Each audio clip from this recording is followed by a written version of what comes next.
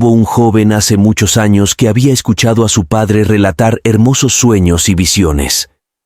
Sin embargo, uno de esos sueños lo cautivó, y al escuchar ese maravilloso relato, él también tuvo el genuino deseo de ver, oír y saber por sí mismo lo que su padre había visto, oído y sabido por el poder del Espíritu Santo. Su nombre era Nefi, y el sueño se llama La visión del árbol de la vida, una historia que narra simbólicamente nuestro trayecto en este mundo mortal y lo que podemos lograr espiritualmente si tan solo soportamos las tentaciones o pruebas en esta vida, aferrándonos con firmeza a la barra de hierro que representa las Escrituras, hasta alcanzar a comer del fruto del árbol de la vida. No debemos prestar atención a la burla o desprecio de aquellos que no aman a Dios. Los invito a acompañarme en esta gran aventura. Hace miles de años hubo una gran guerra en los cielos. Una guerra que produjo un efecto devastador para nuestros hermanos espirituales. El libro de Apocalipsis nos relata sobre esta gran batalla. En el capítulo 12 de Apocalipsis nos habla de un personaje que se rebeló contra el Padre Celestial. Y como consecuencia de esta rebelión, fue arrojado de los cielos. Él pretendía el poder y la autoridad del Padre Celestial, a cambio de venir a nacer como su Hijo, ¿no?, en reemplazo de Jesucristo. Como miembros de la iglesia nosotros sabemos esta historia porque tiene que ver con nuestro primer estado. Sabemos que nosotros fuimos partícipes de esta guerra y luchamos del lado del príncipe Miguel, el arcángel. Pero alguna de las cosas que muchos no saben es que esta guerra no tenía nada que ver con espadas. Esta fue una guerra de testimonios. Eso le dice el ángel mismo a Juan, el amado. Le dice que los que vencieron por a causa de su testimonio, por el testimonio del unigénito. ¿Por qué les relato esto? ¿No? Porque el hecho mismo de que nosotros somos seres incorporados ahora, tenemos un cuerpo de carne y huesos, eso mismo es un testimonio de que nosotros estuvimos del lado de Jesucristo y que peleamos en esa gran guerra y que teníamos un conocimiento del plan de salvación, porque fue de eso que se enseñó a nuestros hermanos. Ellos tomaron sus decisiones, eligieron a Lucifer como su guía. Entonces esto causó esa gran batalla de testimonios. Ahora, el Padre Celestial arrojó del cielo, dice el Apocalipsis capítulo 12, al gran dragón y a la tercera parte de las estrellas del cielo. Y esta tercera parte pues son nuestros hermanos que se rebelaron también, ¿no?, que se pusieron del lado de Lucifer. Es interesante notar la gran bendición que nosotros tenemos al poseer cuerpos físicos. Ellos están aquí en la tierra también, siguen con la guerra, pero son seres desincorporados. Es bonito saber para nosotros de que nos ganamos este cuerpo físico. ¿Por qué hago este recuento de la historia? Porque es vital para entender el deseo de Nefi de saber la interpretación del sueño de su padre. Y él, al iniciar el capítulo 11 de Primera de Nefi, hallamos a Nefi que estaba meditando en las palabras de su padre. Y él enseña que creía en lo que su padre le había enseñado. ¿Ya? Entonces, pero su deseo era fuerte de ver por sí mismo estas cosas. Y él estaba también en un estado de reflexión, que es una forma de oración y meditación. Y podemos ver que el Espíritu se le aparece, ¿no? Le visita, lo transporta y le hace preguntas con relación a sus deseos, con relación a sus creencias. ¿Qué es lo que tú deseas? Le dice, ¿no? ¿Qué es lo que tú deseas? En el verso 2. Y Nefi le dice, yo deseo ver las cosas que mi padre vio. Deseo ver las cosas que mi padre vio. Y el Espíritu le dice, ¿crees tú? ¿Crees que tu padre vio el árbol del cual ha hablado? Y respondí, tú sabes que creo todas las palabras de mi padre. La creencia es vital para recibir revelación. Es muy vital la reflexión, el deseo sincero. Este capítulo, estos primeros 3, 4 versículos nos dan un mensaje potente sobre la forma en que nosotros podemos recibir respuesta a nuestras oraciones. Ahora entonces el Espíritu da testimonio del unigénito, del Hijo de Dios, de nuestro Señor Jesucristo. Y luego le proyecta, le muestra lo que su padre vio, el árbol de la vida. Y se va, ¿no? Luego viene un ángel y vemos aquí la interacción de Nefi con el ángel. El ángel le muestra el resto de todo lo que su padre había visto, ¿no? Entonces, vemos aquí, hermanos, ¿no? Hice un esquema de todo lo que vamos a hablar el día de hoy respecto a esta clase. Vemos que el ángel le explica a Nefi, ¿no?, en qué consiste o qué significa el árbol de la vida, su significado real. En la clase pasada hablamos sobre el hecho de que el árbol de la vida representaba el amor del Padre Celestial, ¿verdad? Pero aquí de alguna manera se desglosa todo esa visión, ¿no? El ángel le muestra qué en realidad representa el árbol de la vida. Y dice, la personificación del amor de Dios es Jesucristo. Es Jesucristo. ¿Qué es lo que vio Nefi como consecuencia de su deseo? ¿No? Vio a la madre del Hijo de Dios, ¿no? Vio a Jesucristo en su niñez, ¿no?, cuando nació. Vio su bautismo, su ministerio. Vio a los apóstoles que estarían con él, la ministración de ángeles y finalmente vio el sacrificio del unigénito, ¿no? Entonces el ángel, al concluir de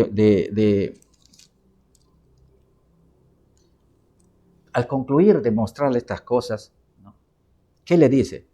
He aquí, en el versículo 21, el Cordero de Dios, sí, el Hijo del Padre Eterno. ¿Comprendes el significado del árbol que tu padre vio? Y Nefi dice, le contesté diciendo, sí, es el amor de Dios que se derrama ampliamente en el corazón de los hijos de los hombres. Por lo tanto, es más deseable que todas las cosas.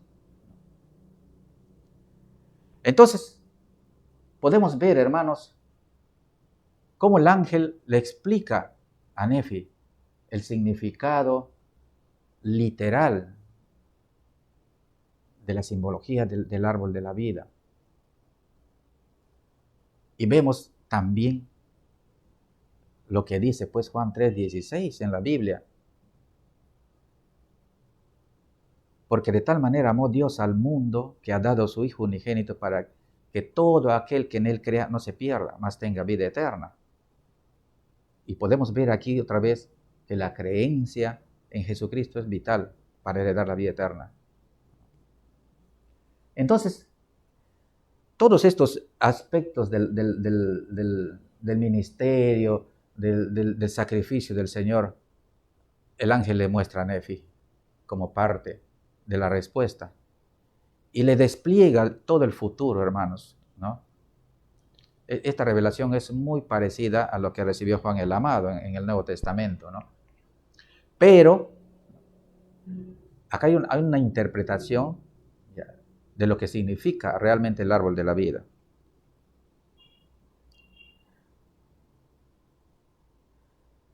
Entonces, al principio el ángel le había preguntado si comprendía la condescendencia de Dios. Y Nefi le había dicho que sabía que Dios nos amaba, pero que no comprendía todas las cosas. Entonces, después de mostrar estas cosas, el ángel le vuelve a preguntar en el verso 26, mira, ¿no? Le hace un énfasis, ¿no? Mira y ve la condescendencia de Dios, le dije. Y miré y vi al Redentor del mundo, de quien mi padre había hablado, y vi también al profeta que había de preparar la vía delante del Cordero. Y todo este proceso, ¿no? Todo este proceso, hasta el sacrificio del Señor, ¿no? Ahora, después que el Señor Jesucristo es muerto, es crucificado, ¿no? El ángel le muestra a Nefi el edificio grande y espacioso, ¿no? Él muestra su significado, ¿no? Nosotros ya sabemos básicamente lo que significa eso, ¿verdad? El orgullo del mundo, las guerras y toda la maldad de este mundo, el materialismo, ¿no? Todo, absolutamente todo lo malo de este mundo representa precisamente el edificio grande y espacioso. Le mostró también el significado del río y sus aguas, ¿no? Que leí, no había visto que en la visión, porque estaba absorto, dice, en la contemplación de las cosas, que no se dio cuenta de que el río era turbio, en realidad las aguas eran sucias, y su representación no son las profundidades del infierno, ¿no? Y más adelante, ¿no? Ve la formación de la iglesia abominable, ¿no? En el capítulo 13. En el capítulo 13, 26, vamos a ver.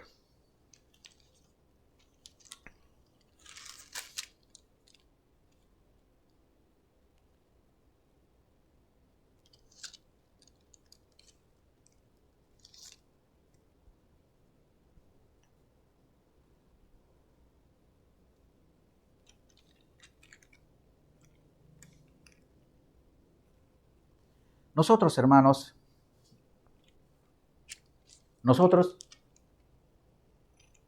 aprendemos y muchas veces hemos querido malinterpretar quizás esto, diciendo que era una iglesia específica en particular, la iglesia abominable.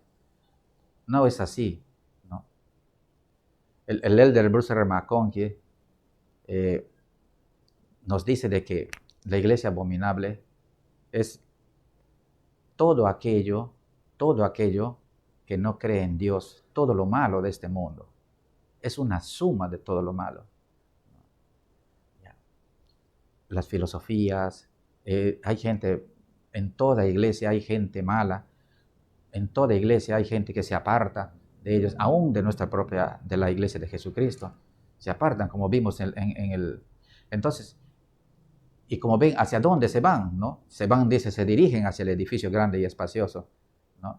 Y su propósito es atacar a la iglesia, ¿no? O sea, atacar al reino de Dios. Ese es el propósito, ¿no? Fíjense, la formación de la iglesia abominable, ¿no? Despoja, ¿no? Cuando apareció esto, hace muchos años, básicamente se habla de la Edad Media acá. ¿Qué propósito tuvo? Dice, ¿no? Primero, lo que hace es despoja el evangelio, ¿no? Quita los convenios. Sabemos que hay muchas partes de la Biblia que han sido mutiladas, ¿no? Hay historias incompletas dentro de la Biblia. Por ejemplo, la Biblia dice, ¿no? Y anduvo Enoc con Dios y desapareció. No dice nada más de Enoc, ¿no? No dice nada de su ministerio. No dice muchas cosas que nosotros en otras revelaciones tenemos, ¿no? Entonces, por ejemplo, la forma del bautismo original, la forma en que se bautizaba en la época de Jesucristo, ¿no? El bautismo por inmersión, porque la misma palabra Bautizar viene del griego baptizar, que significa sumergir. Entonces, esto, por ejemplo, el convenio del matrimonio celestial, del convenio eterno, el sacerdocio, ¿no? Y muchas cosas que fueron quitadas, que originalmente estuvieron en la Biblia, ¿no? Y es hermoso entender, ¿no?, estas cosas, ¿no? ¿Y qué propósito tenía, ¿no?, el hecho de que estas verdades sean quitadas de la Biblia, ¿no? Pervertir las vías correctas del Señor, cegar los ojos. ¿Qué significa cegar los ojos? Mantener en la ignorancia al ser humano. Mantener en la ignorancia, que no entienda correctamente cuál es el camino el Señor ha trazado para su exaltación, para volver a su presencia, ¿no? Y como consecuencia dice, endurece el corazón. Una de las características de esta iglesia abominable es que tiene dominio sobre todo el planeta, dice, sobre todo en la mayoría de este mundo. Su dominio es amplísimo. A diferencia de la iglesia del Señor, que dice, eran pocos. Cuando Nefi ve la formación de esta iglesia, pero también ve la restauración del Evangelio, ve la aparición del libro de Mormón, ¿no? Ve la forma en que se iba a predicar el Evangelio. El propósito, dice, cuando el libro de Mormón aparece,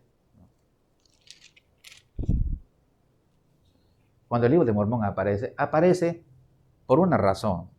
Ya podemos ver aquí de que se había despojado al Evangelio original de muchas verdades, de muchos convenios, de muchas cosas, ¿no? Y el libro de Mormón aparece, ¿no? ¿Con qué propósito? El verso 40 dice, del capítulo 13, y el ángel me habló diciendo, estos últimos anales que has visto entre los gentiles establecerán la verdad de los primeros, los cuales son los de los 12 apóstoles del Cordero, y darán a conocer las cosas claras y preciosas que se les han quitado, y manifestarán todas las familias, lenguas y pueblos que el Cordero de Dios es el Hijo del Padre Eterno, y es el Salvador del mundo, y que es necesario que todos los hombres vengan a Él, o no serán salvos. El libro de Mormón da testimonio de la Biblia, pero también nos ayuda a aclarar muchos de los conceptos perdidos. Por ejemplo, la doctrina de la premortalidad, la doctrina del matrimonio eterno, la restauración del sacerdocio y muchos otros principios elementales. Entonces, podemos ver que el ángel le mostró a Nefi la continuación de la guerra que se dio en los cielos. No ha acabado, hermanos. No ha acabado. La guerra no ha acabado. Satanás descendió, dice, enojado, Apocalipsis, ¿no? Y con el único propósito de perseguir a los santos, a los que creen en el Evangelio de Jesucristo, y capturar sus almas, destruirlos espiritualmente. Y vemos que tiene bastante éxito, ¿verdad? Vemos que tiene mucho éxito. Somos pocos, dice, a causa de la maldad. Aquellos que alguna vez defendieron el principio de la rectitud en la vida premortal, ¿no? Muchos de ellos se han pasado a este bando como consecuencia de nuestro estado carnal, ¿verdad? De las atracciones, las tentaciones, la niebla que se ve al árbol, pegado a la barra de hierro, ¿no? Cuando hablamos en la clase anterior, vimos, dice, la niebla que cubría, ¿no?, a todos aquellos que entraban a la iglesia del Señor. Y se aferraban incluso a la barra de hierro y la niebla estaba ahí. ¿Qué significa eso? Las tentaciones, ¿no? ¿Qué es una tentación? Es todo aquello que está prohibido. Tocar aquello que está prohibido no por Dios, sino por la ley de los mandamientos, ¿no? No robarás, no te postrarás ante ídolos, no codiciarás la mujer de tu prójimo, no mentirás, no matarás, ¿no? Entonces vemos todos estos elementos para torcer, para tentar al ser humano, están vigentes. Y hay una lucha entre nosotros, entre el bien y el mal. Entonces, el libro de Mormón viene para ayudarnos a combatir mucho de las falacias, de las mentiras que se han enseñado durante siglos. Para eso apareció el libro de Mormón. Ahora, la pregunta es, ¿qué papel jugamos nosotros en todo esto? ¿Qué papel? Veo que muchos miembros en el curso de mi vida, he visto a muchos miembros de la iglesia apartarse de ella, ¿no? Y han vuelto a vivir sus tradiciones, las antiguas tradiciones que vivieron, ¿no? Y también, precisamente, luchan contra la iglesia del Señor.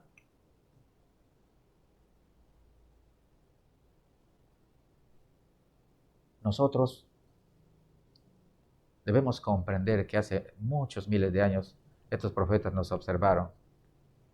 Por eso les pregunté, ¿qué papel jugamos nosotros? Si tuviéramos la oportunidad de ver nuestro futuro de acá 10, 20, 30 años y ver que nos hemos apartado de la vía del Señor, ¿seríamos capaces de enmendar nuestro camino?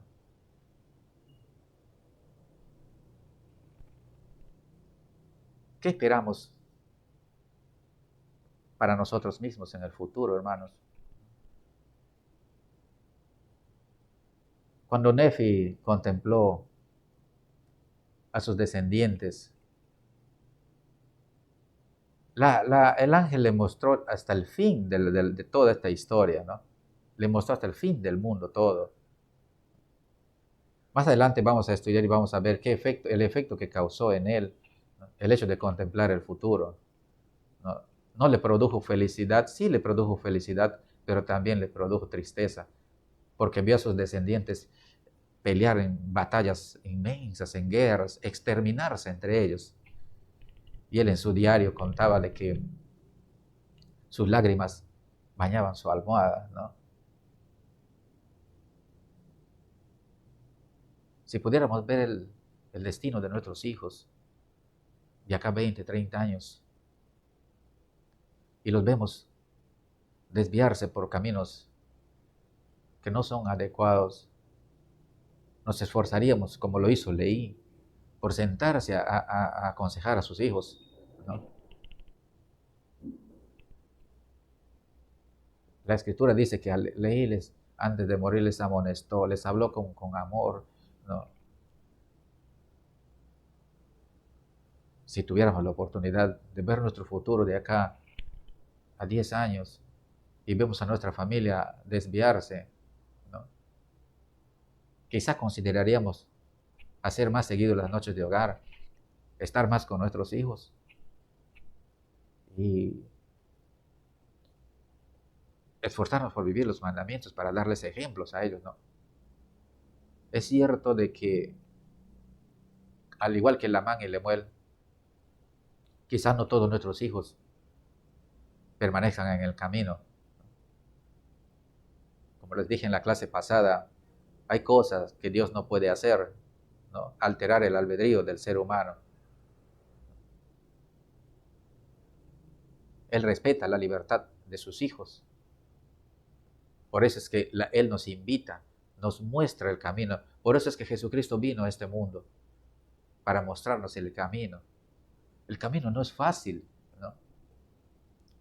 No es fácil. Nunca se enseñó de que el camino fuera fácil. Está plagado de sufrimientos, dolores, pruebas, tentaciones. Y tenemos que demostrarle, como dijo José Smith, de que demostrarle a nuestro Padre Celestial de que en este mundo podemos recibir la aprobación de Dios, luchando fielmente contra toda adversidad. Tenemos que demostrarle a Dios de que merecemos entrar a una exaltación.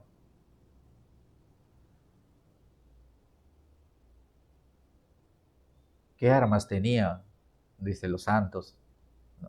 ¿Qué armas tenían? Es el tema de la clase, ¿verdad?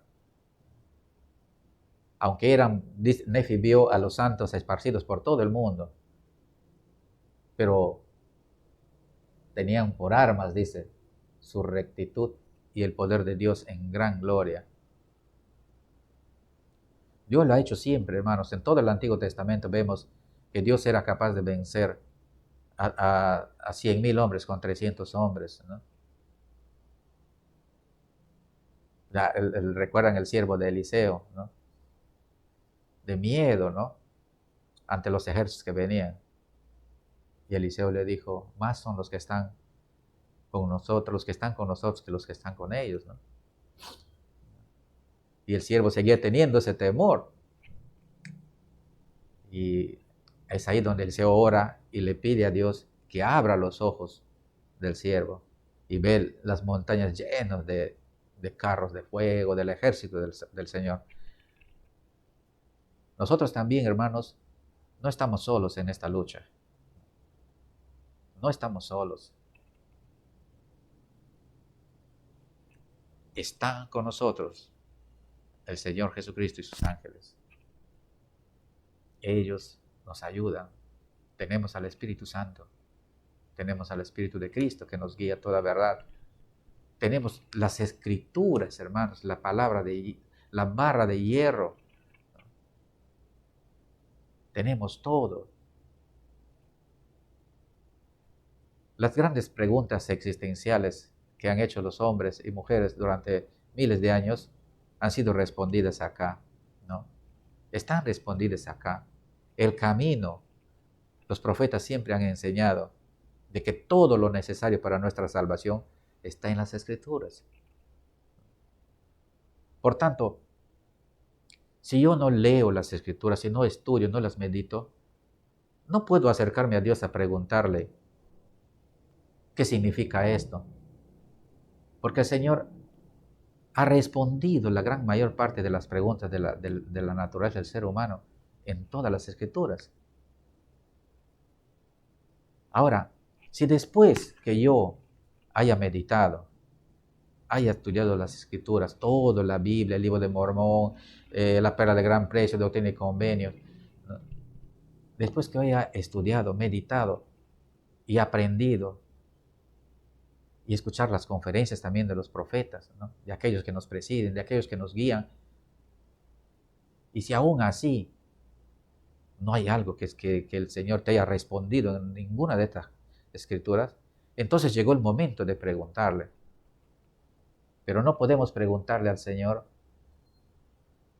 algo que ya está aquí, que ya está respondido.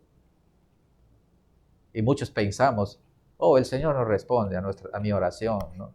No responde a mi pregunta. Las respuestas están aquí. Recuerden, hermanos, que Doctrina y Convenios es un libro que el Señor reveló mientras el profeta traducía la Biblia, traducía el libro de Mormón. Y el libro de Doctrina y Convenios es un libro que es un conjunto de respuestas a las inquietudes que hizo José Smith y Sidney Riddle y muchos otros sobre su misión, sobre su propósito dentro de la iglesia. Hermanos, lo que el ángel le mostró a Nefi, el futuro de la humanidad. Sabemos que el Señor va a triunfar. El Señor nos dice, yo voy a triunfar. Finalmente, todo aquello que Dios no ha creado, no ha instituido, desaparecerá. Debemos creer eso, hermanos, y dar testimonio a las personas, ayudar a otros a entender estos principios. Es la razón por la que estoy haciendo esto, ¿no? Ayudar a mis hermanos. Es hermoso. En el capítulo final de este libro, de esta lección, después de haber visto todas estas cosas, después de haber visto todas estas cosas, ¿no?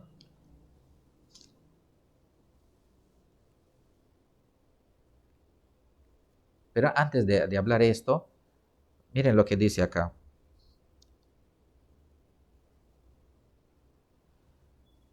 El versículo 35 del capítulo 13 dice, porque aquí dice el Cordero, yo mismo me manifestaré a los de tu posteridad, por lo que escribirán muchas cosas que yo les suministraré, las cuales serán claras y preciosas. Y después que tu posteridad sea destruida y degenere en la incredulidad, lo mismo que la de tus hermanos, he aquí que estas cosas serán escondidas a fin de que sean manifestadas a los gentiles por el poder y el don de Dios. Y en ellas estará escrito mi evangelio, dice el Cordero, y mi roca y mi salvación. Ese es el libro de Mormón, hermanos. Y luego la promesa, y bienaventurados aquellos que procuren establecer misión en aquel día, porque tendrán el don y el poder del Espíritu Santo, y si perseveran hasta el fin, serán enaltecidos en el último día, y se salvarán en el reino eterno del Cordero, y los que publiquen la paz, sí, nuevas de gran gozo, cuán bellos serán sobre las montañas. Las promesas de nuestro Señor Jesucristo. Hermanos, Él es nuestro Salvador. En el capítulo 15, luego que Nefi baja de la montaña, encuentra a sus hermanos que no entendían lo que su padre les había explicado, no entendían. En el verso 7 dice, he aquí no podemos comprender las palabras que nuestro padre ha hablado concernientes a las ramas naturales, etc., ¿no? Y fíjense lo que dice Nefi. Y les dije, ¿habéis preguntado al Señor? Y me contestaron, no, porque el Señor no nos da a conocer tales cosas a nosotros. Y aquí les dije, ¿cómo es que no guardáis los mandamientos del Señor? No recordáis, dice, las cosas que el Señor ha dicho, si no endurecéis vuestros corazones y me pedís con fe, creyendo que recibiréis, guardando diligentemente mis mandamientos, de seguro serán manifestadas estas cosas. Es cierto, hermanos, de que hay muchas cosas, hay algo que podemos pedirle al Señor después de haber estudiado las verdades, después de que cada vez que estudiemos una verdad, ¿no?, es la confirmación de esa verdad a nuestro corazón.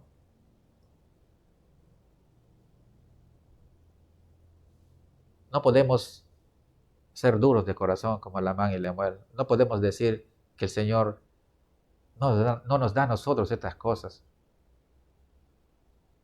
Guardar los mandamientos, sé que no es fácil, hermanos. No es fácil. Y pedir al Señor conocimiento, requiere de diligencia, requiere esos principios que señalamos ahí. Primero tengo que desear conocer realmente, creer que puedo hacerlo, creer que las palabras de los profetas, que los profetas nos enseñan actualmente, son ciertas, y reflexionar en ellas. Nadie nos obliga, ¿no?, a creer, pero podemos reflexionar en las palabras, en los mensajes de nuestros profetas, del presidente Nelson, de los apóstoles que presiden esta obra. Hermanos, sé que esta es la iglesia del Señor Jesucristo. Sé que el Padre Celestial nos manifiesta su amor a través de todas las cosas, del hecho de enviar a su Hijo, ¿no?, de darnos las Escrituras para guiar nuestras vidas, de darnos profetas actuales.